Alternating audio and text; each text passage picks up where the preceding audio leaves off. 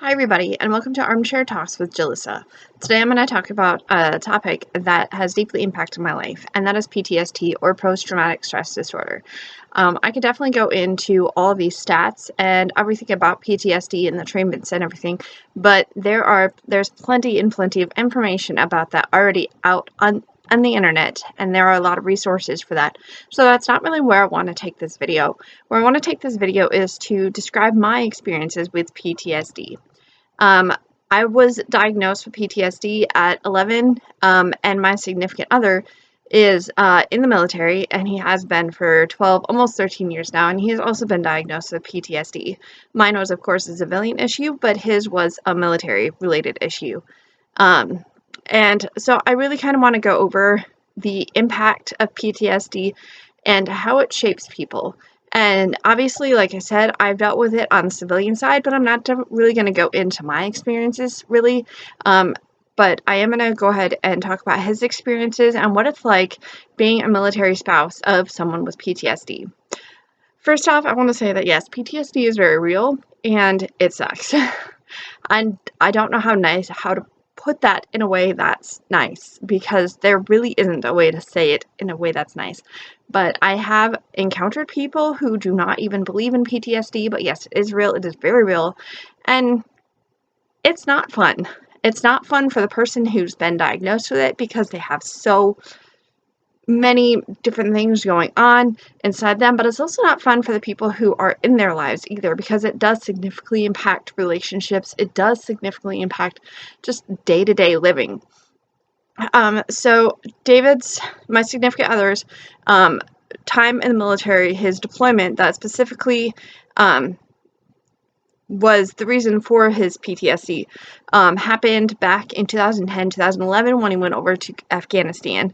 And he was in a position where, well, several positions where he almost died several times, very life and death, gunfighting. He lost trust. There were people on the other side that were very disloyal to the soldiers. There was just a lot of things, and he was facing death, and he watched his buddies die, and he also has survivor's guilt from his buddies who ended up committing suicide after they came back. So there's lots of different factors that go into his PTSD, and I'm not going to go into those all really, but I do kind of want to talk about how we discovered his PTSD and how we got the diagnosis and what that process kind of looked like. So when he first came back from Afghanistan, he definitely denied any PTSD. We all could tell, like all of his friends and family could tell that he was different, but we couldn't really quite pinpoint it. There were people who did suggest to him that he had PTSD, but of course back then he was so full, I guess, of pride or denial that he did not want to admit it. And we knew there was not anything that we could do at that time if he didn't want to do anything about it, or if he didn't want to go see a therapist, or he didn't want to talk through anything. And he really didn't at that time. He wasn't ready to. But it did put a strain on our relationship, so much the fact that we ended up getting a divorce. Granted, the PTSD wasn't the entire reason for that, but it definitely played a major role, especially in communication and trust issues, which obviously are very vital in relationships and keeping those going. So without those two factors, well, the relationship died. So anyways, we did end up getting back together. And then shortly after we got back together, he went on another deployment. This one was to a more peaceful country, Kuwait. I know it was a lot more peaceful. So he didn't really have too many issues over there during that deployment. But after he came back from that deployment, he had a lot of difficulty readjusting to civilian life. And he started drinking a lot. And I could tell that it was a lot for him, but of course, he would make the excuse, well, when I come back from deployments, I always drink a lot, or, just different things. And, so I would try to be okay with it or make excuses or whatever. But finally, I got to that point where I decided enough was enough, and I talked to him about it. He did cut back drinking, but after he started cutting back drinking, he would drink. The way the alcohol started to affect him, I guess, was that it would lower his inhibitions, and then he would go into like a fight or flight mode. First, he would be usually triggered, and this trigger would usually result in very angry outbursts. because he would be basically that fight or flight. He would be a very much, I have to get out. First, it would be very argumentative, and then he would have to leave. And the more often these episodes came up, the more he was worried about hurting people, especially his family. He didn't want to be in a position where he might accidentally hurt someone that he loved. So he would do his best to get out of that situation. And oftentimes, unfortunately, that meant that I would try to find some way to keep him home because he wanted to leave home because he didn't want to hurt us. And in my attempt to keep him home, he actually did accidentally, he was trying so hard not to hurt people that there were a couple times when people got pushed or shoved or whatever. He wasn't trying to, but he was in that fight or flight mode, and he had to get out, he had to leave, or he had to fight, and you didn't want to get in his way at that point. It was not pleasant. Finally, after so long of that, I decided enough was enough and basically got to that point where I was actually ready to leave if he didn't finally do something about this, because it was affecting us so much, and mentally and emotionally, I just couldn't take it anymore. It had been going on for almost a year at that point, and I couldn't handle it anymore, and I certainly didn't want to raise my kids with that, because we do have 2 daughters, and they were witnessing this, and I didn't want them to witness that either. So finally, he did come around and started getting treatment. He also got his official PTSD diagnosis, which was very, very helpful. He started therapy and treatment and medication, and other things. He also did like meditation, and he was doing whatever he could to help finally get himself back into that place where he could not get to that point when he was drinking. Of course, unfortunately, he didn't stop drinking, so we still had issues since. There are very few and far between now, and after he wakes up the next morning, we usually kind of debrief what happened, and so then he's continuing to try to do what he can to help the situation.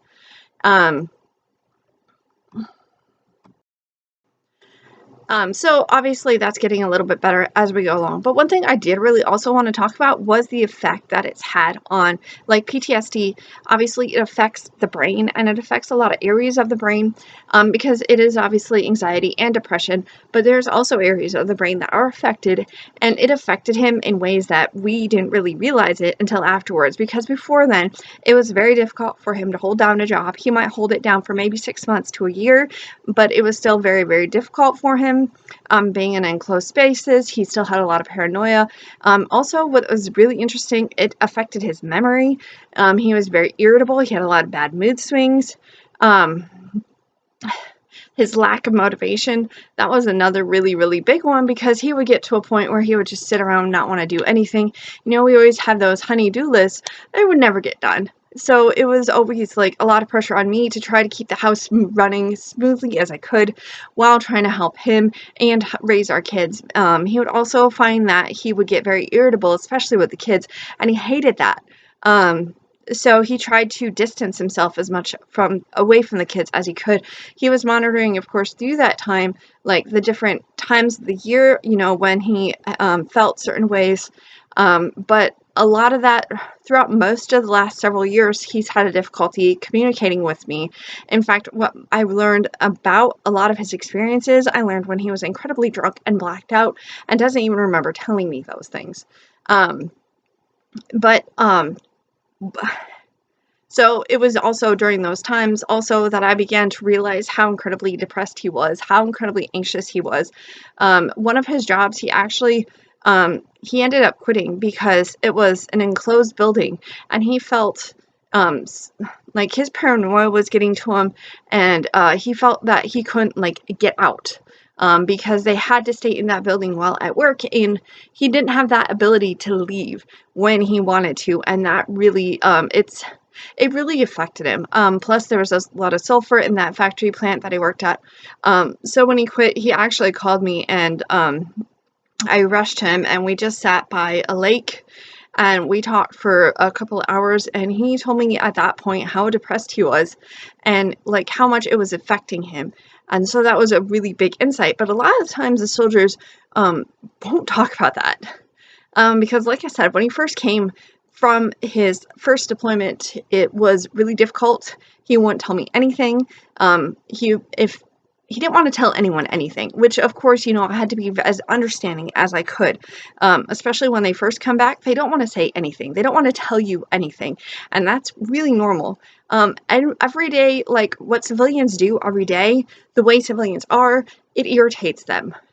They even soldiers without PTSD, you'll probably notice this also. Once they come back from their deployment, they need space and time to readjust to the civilian life, because it is so difficult for them, because in the military they are running on a strict schedule. Things happen when they happen, and they always have a mission, and things always happen, and people do what they're told. There isn't a lot of freedom in the military. You are given orders and you have to follow those orders, and you don't just get to run your life willy-nilly. So it's really difficult for them coming back to adjust to civilian life. But what was really interesting to me was how it was affecting his brain, especially if you do look up research on PTSD, you will notice how there's actual physical brain changes, and those brain changes can impair their cognitive skills. It can impair things like memory and motivation. The things that most people take for granted, they lose those things. And of course, with the irritability and everything else, it's very difficult. There's a lot of insomnia, so they're not getting as much sleep as they want or need, I guess. So their entire health declines, and it degrades, and it's very, very difficult for them to lead an active and normal life, or what we would consider normal, even for those coming back from a combat zone. Even those who don't suffer from PTSD, they still have a lot of issues. But those with PTSD, I think it's even more of a struggle for them, because coming back from a combat zone, or coming back from any whatever, from overseas or from a mission, a lot of soldiers do take time to readjust, but it's the soldiers that take far longer than they should to readjust, and that's where the problems really begin. You really begin to see that, because after a year or so, you really shouldn't be. It should be a lot easier for those soldiers to be able to live a civilian life without too much of an issue. But when they have PTSD or anything like that, it really is debilitating, and it takes them a really long time to readjust, and sometimes they simply can't. We are still going through this, and we are still trying to find new ways to help my significant other through his PTSD journey. But it's been definitely a frustrating one. What's most frustrating, though, is when his family and friends are saying things like, I've heard this a lot, that he's lazy, or, that he just won't do anything, or, or that he basically isn't man enough to do whatever they think that he should be doing. And it's very frustrating, because it really is a struggle for him. And so watching him go through that struggle, but also having friends and family who don't support him through that, is really, really frustrating. So if you do have a soldier, of course, or anyone, obviously civilian too, because like I said, it does impact civilians as well. If you do have someone who is struggling with PTSD or other mental health issues, please try to give them as much patience and love and support as you can. If it does get too much, don't be afraid to say something. Obviously it's not easy to say something, and it did take me over a year before I finally almost broke. But had I continued, and had he continued, I wouldn't have been able to survive mentally. And when you are supporting someone, or helping someone who's going through those mental health struggles, you have to find ways to remain mentally strong yourself. And if you can't or aren't able to, then you need to take a break, and it's okay to take a break. So it's really important to remember that as well. I'm trying to think. I don't know. There's a lot of information on PTSD, and there's continually new information and more support and more resources, but a lot of people will laugh it off like it's no big deal, but it really is. And when you have a soldier with PTSD, regardless of whether they know it or not, it's a struggle. and it's a struggle, and it's hard to support them, and it's hard to love them, and it's hard to be there for them, especially when they're in denial of it. Like I said, I mean, it ruined our relationship one time and almost did a second time too. So don't be afraid to ask for help, ask for support, and give yourself a break, of course, as well. It's not easy. And do your research. There's a lot that I did not realize about PTSD until I did more research. And like I said, I'm not really going to talk about that a lot in this video because, for one thing, it's already really long. So thank you for staying with me and listening to this Armchair Talks with Jalissa. I hope you found it helpful. And if you have any questions or anything, please feel free to ask. All right, thank you. Peace out. Love you.